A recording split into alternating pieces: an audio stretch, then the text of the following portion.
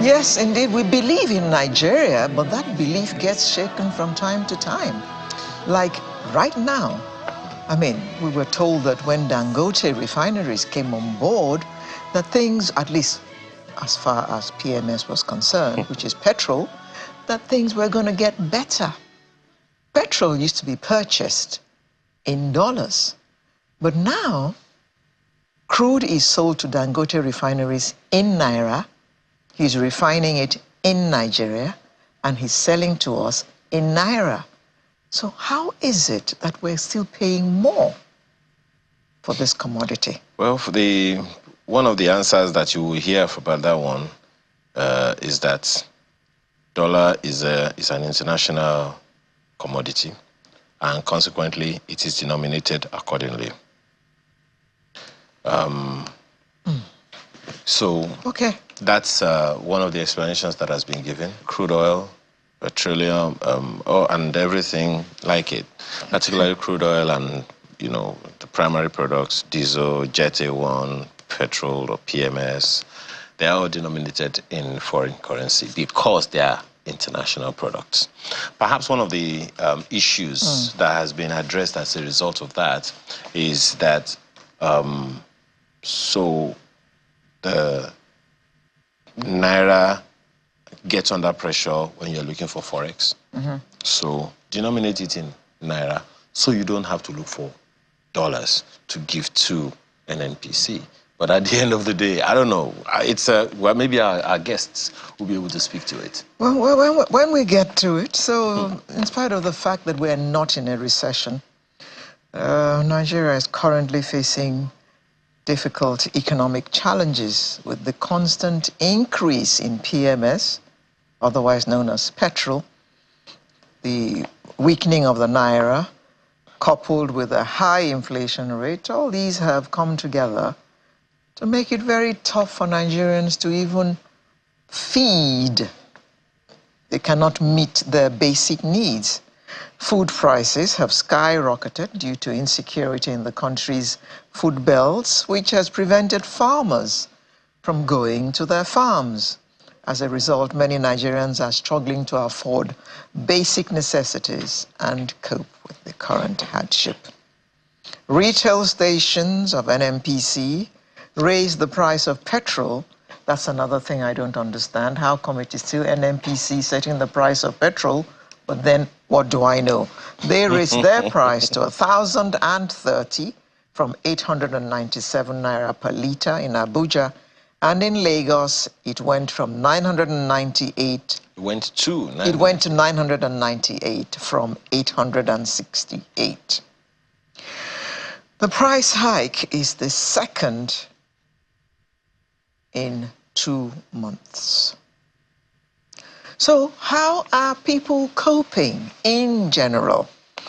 To look at this with us this morning, it's my pleasure to welcome Dr. Tayo Aduloju, who is an economist and the president of the Nigeria Economic Summit Group, who joins us from our studio in Abuja. Good morning. Hi, good morning. Thanks for having me. Thank you. We also have Dari Osamo, who is MD, Raven Energy Limited, who is an energy expert who joins us via Zoom from Abeokuta. Good morning. Good morning. Thank you for having me. Dr. Aduloju, let me start with a very personal question indeed. How are you coping? Have you filled your car since petrol became 100? 1,030 naira. So how am I coping? It is very challenging, and I think that everyone in Nigeria, whether you are upper middle class, upper class, lower class, will feel the pinch of the dynamics of the environment now. So we have a combination of a cost of living crisis and the cost of doing business crisis. Because when you look at what determines the cost structure in an economy, inflation, exchange rate, interest rates, those have all encountered the macroeconomic pass-through of the reforms that are currently ongoing. So I think that it's inevitable that even if you're a large business, if you're a medium-sized business, if you're a firm, if you're a household, if you're an individual in the household, right, the pass-through is systemic. And I think almost no one is left out. Even the richest man in Africa has noted that the current interest rates, for example, is almost impossible to continue to grow jobs. So I think that we are dealing with a systemic macro risk pass-through that was sustained for very long. Think that there's still a middle class in Nigeria? Personally, I don't think so. Yep. I think that class has been completely wiped out. There is, but it is shrinking significantly because, of course, the number of the middle class that became vulnerable with the pass-through risks we've seen in the last year has sent a lot of them to the lower class, and lower class, several of them into monetary and multidimensional poverty.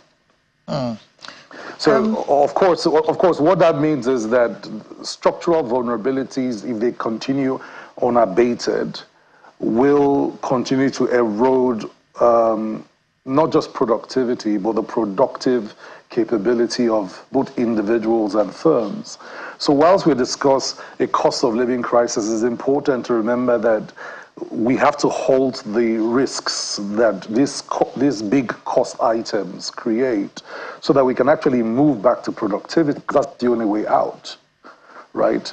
The sectors traditionally that drove high growth and absorbed most of our workforce into productive work remained in stagnation. 67% of the sectors that contribute to GDP are in stagnation.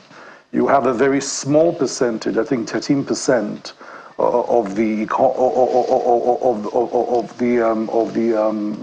economic sectors really driving growth, and that's why you see the sluggish improvement. You know, we went from. So, Dr. Aderoju, which are these sectors that you say are in stagnation?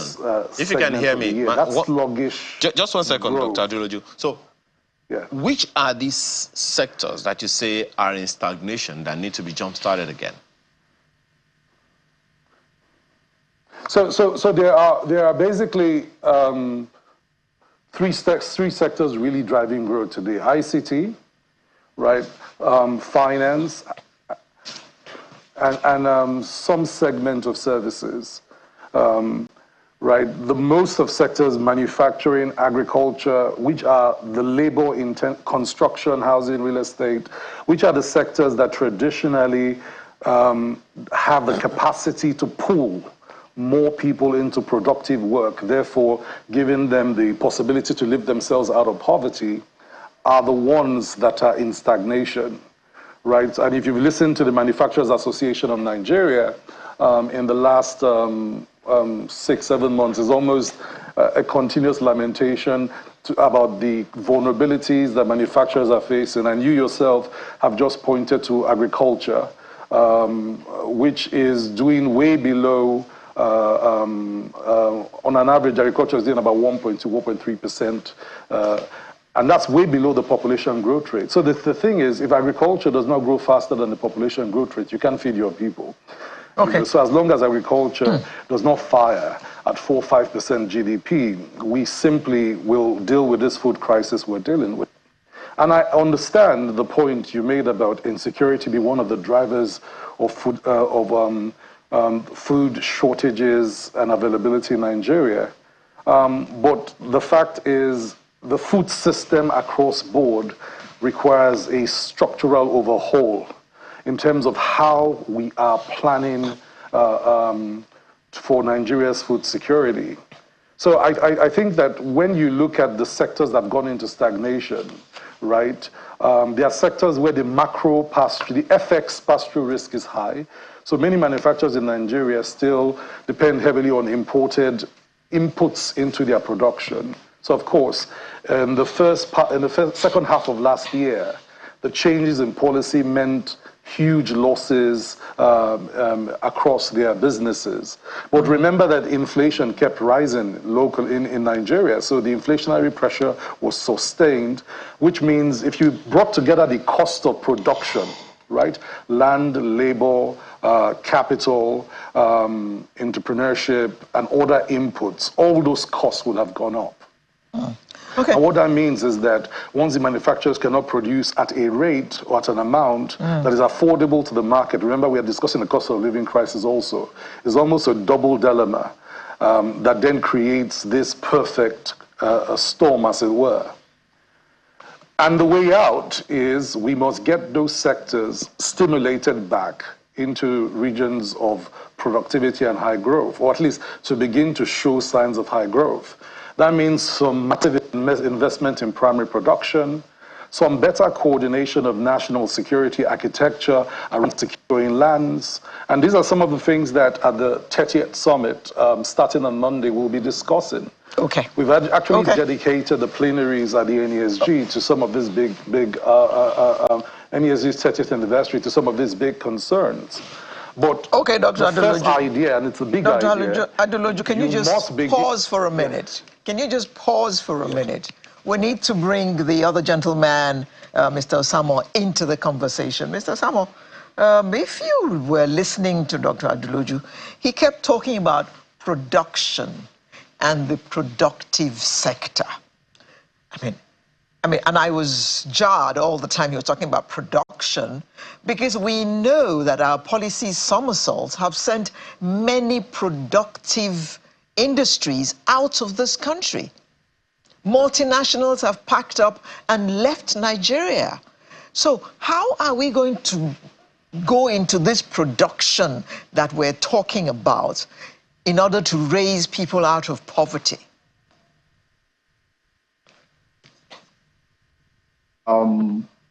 This is unusual time, and the government needs to be very deliberate in their policy implementation.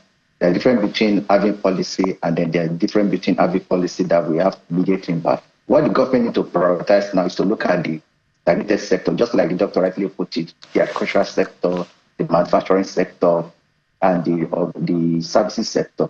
If you look at the manufacturing sector, one of their major challenges is that of power.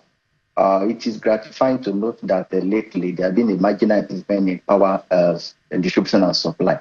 That trajectory has to be maintained. Not only that, there should be deliberate policy to equally make sure that the pricing is right, so that the manufacturer will enjoy a bit of relief. With that put in place, at least the cost of power in that sector will enable them to be able to boost production marginally, and by extension be able to increase output. And thereafter, the populace can benefit from that. That is on the other side, on the manufacturing side. You equally look at another critical sector of the economy, which is the agricultural sector, as rightly mentioned. It has the capacity to be able to pull out a lot of people. I know there are a lot of policy, like the National Agricultural Growth Scheme. That has to be intensified. A lot of incentive is going into that place. It is not for the government to make sure that they keep to track and monitor development in that sector. By extension, the local farmer will be able to boost agricultural production, and by extension, food price will be able to come down.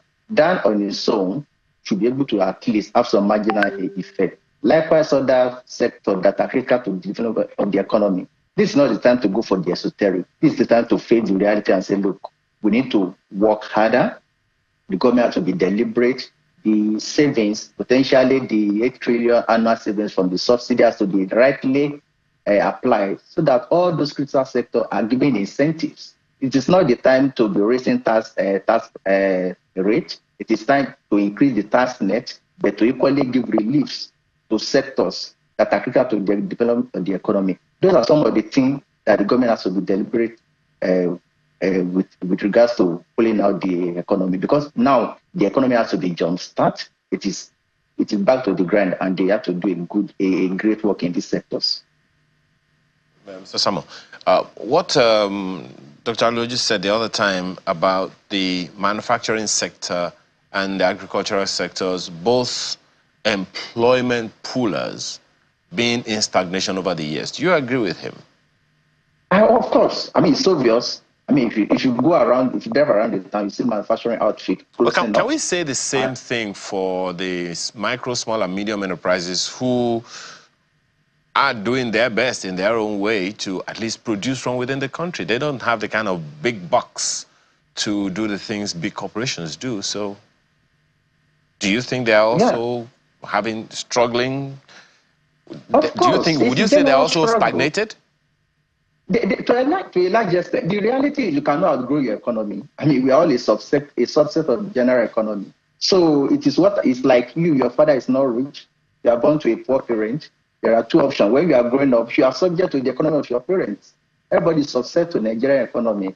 And that is why the reality is the small scale, the SME, who are the real engine growth of the economy, they have to benefit from it. And I keep on telling people that all the billions of savings from this deregulation should not go into just FAC allocation, because it's unfortunate that we cannot actually see, we are not feeling the impact of this FAC allocation, except for the rate, for the increase in dollar rate and every other thing. So government should by now have a policy, a deliberate policy in place to utilize a portion of these savings from the subsidy removal and channel it directly into those sectors to jumpstart it. The SME, especially the SME.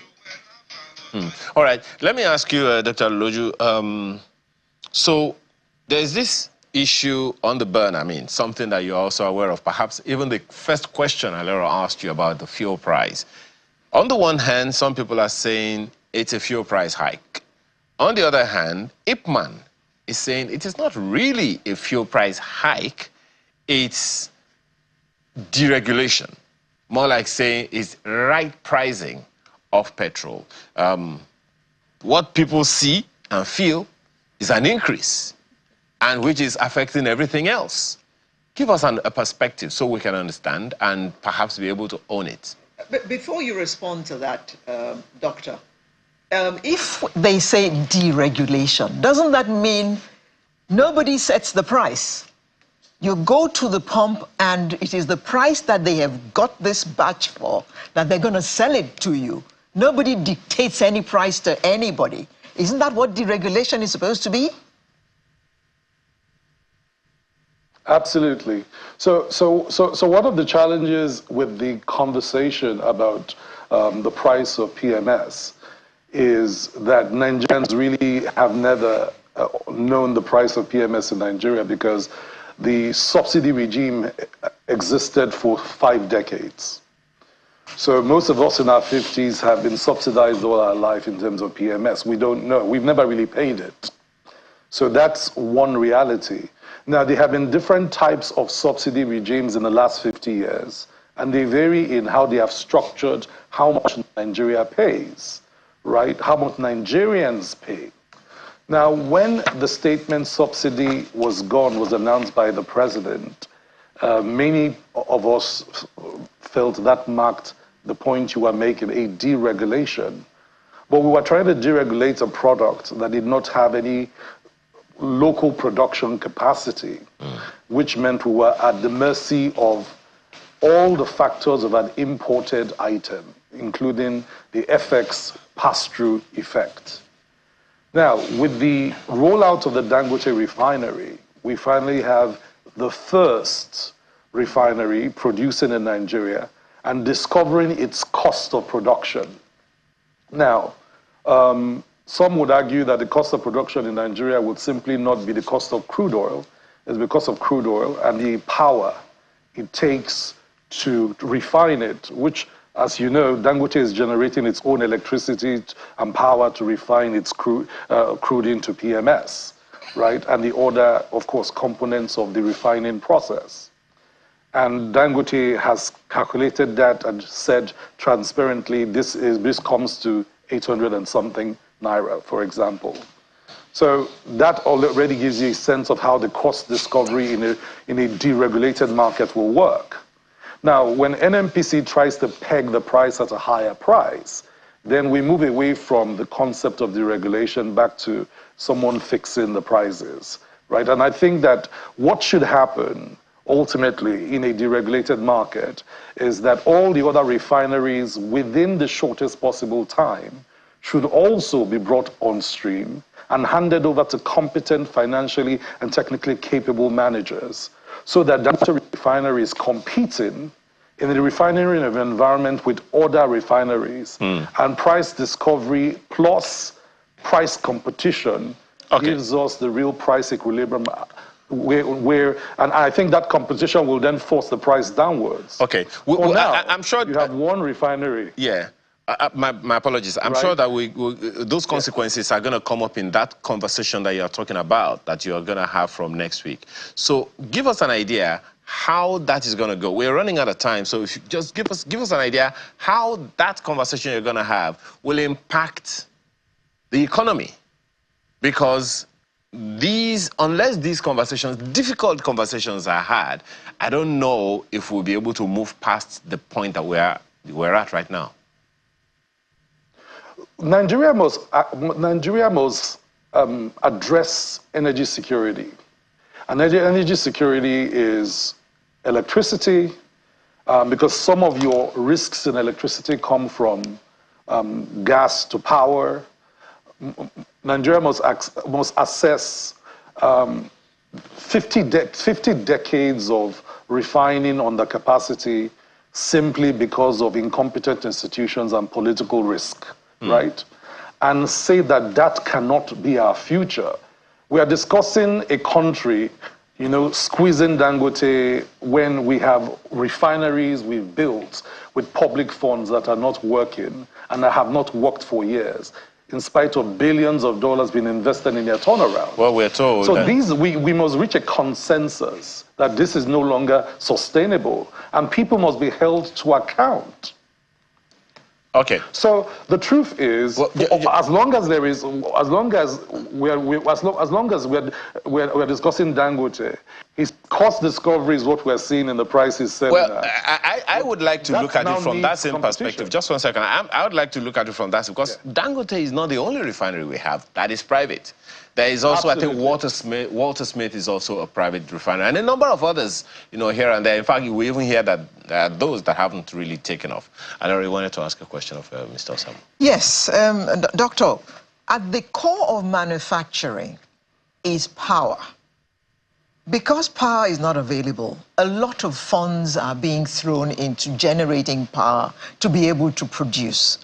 Therefore, there is no way that we can have affordable, or should I say, cheap goods because of the amount of money that goes into production.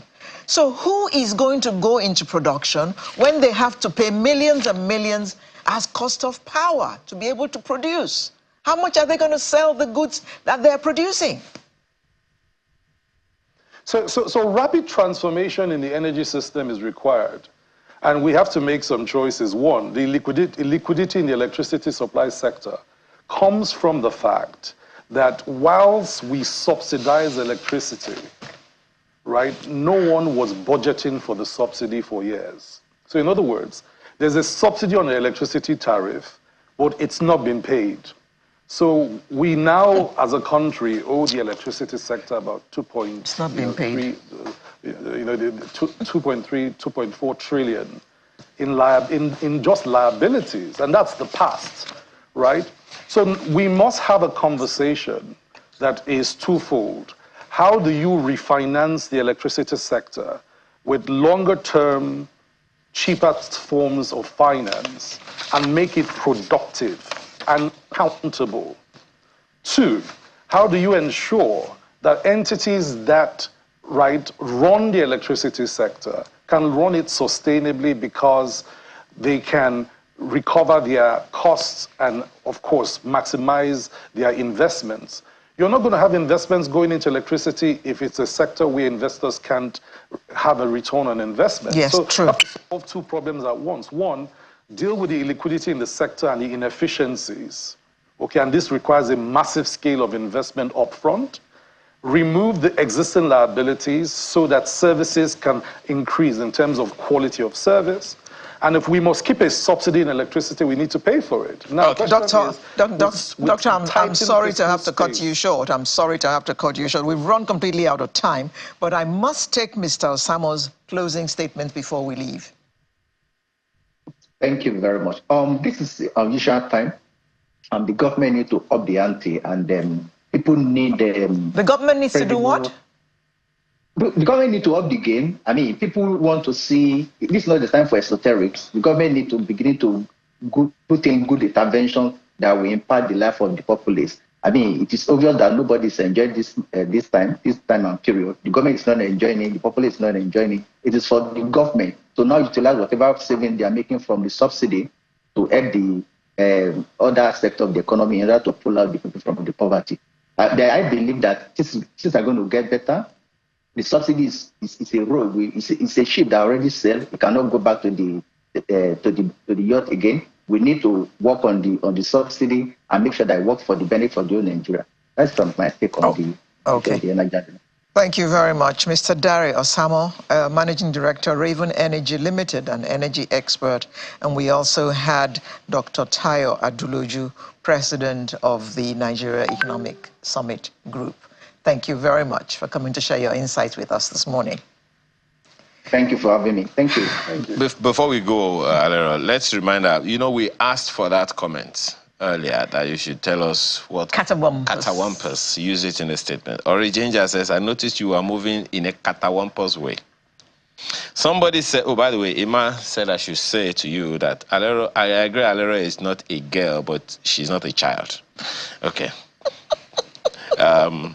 So this one also from Professor Enakena says, in Nigeria, the monetary and fiscal policies going catawampus. I don't even know how that comes into place. Someone says Nigerian economy is going catawampus. I don't agree with you guys. The purchasing purchasing power of the people is catawampus. It certainly is. Anyway, there is more. Sunrise CTV on X, post yours. I will take it. We'll back right after that for another conversation. I know that's not catawampus.